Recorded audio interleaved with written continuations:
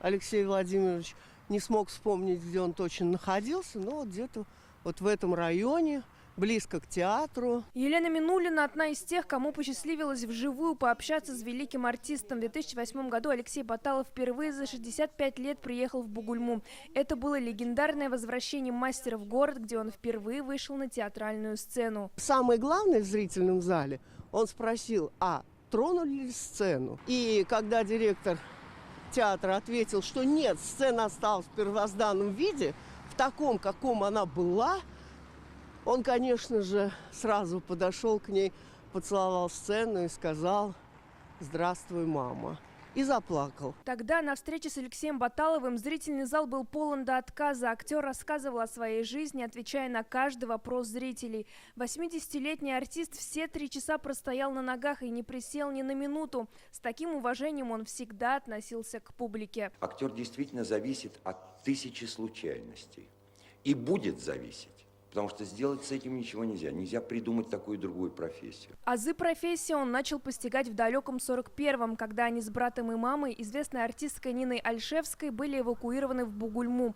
Нина Антоновна стала художественным руководителем местного театра. Здесь же трудился 13-летний Алексей. Он был рабочим сцены театра, и после трудового дня юный Алеша Баталов возвращался с мамой домой, где его ожидала не менее тяжкая работа по хозяйству. Как он сам писал в своей книге «Сундук артиста», в Бугульме я научился запрягать лошадей в сани и в телегу, ездить верхом, колоть дрова и еще многому, что москвичу и не снилось.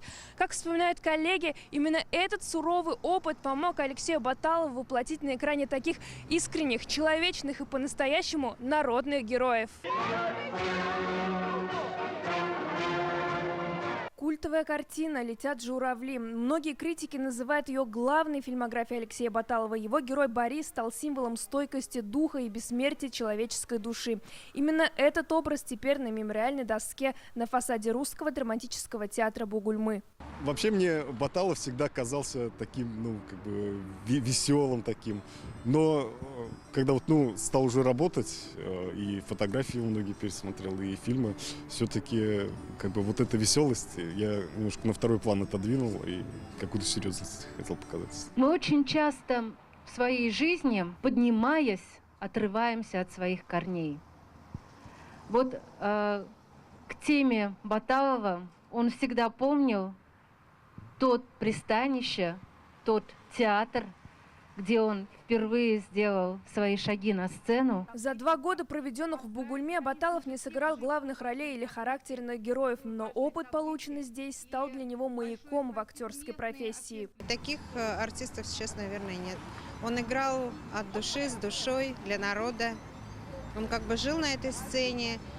Замечательное кино «Москва слезам не верит», которое смотрим настольную книгу уже знаю, смотрим постоянно. Наверное, самый запоминающийся «Москва слезам не верит», на мой взгляд. Хотя есть там и более старые фильмы, может быть, они не настолько популярны были, но, тем не менее, они известны. И все это его творческий вклад в культуру.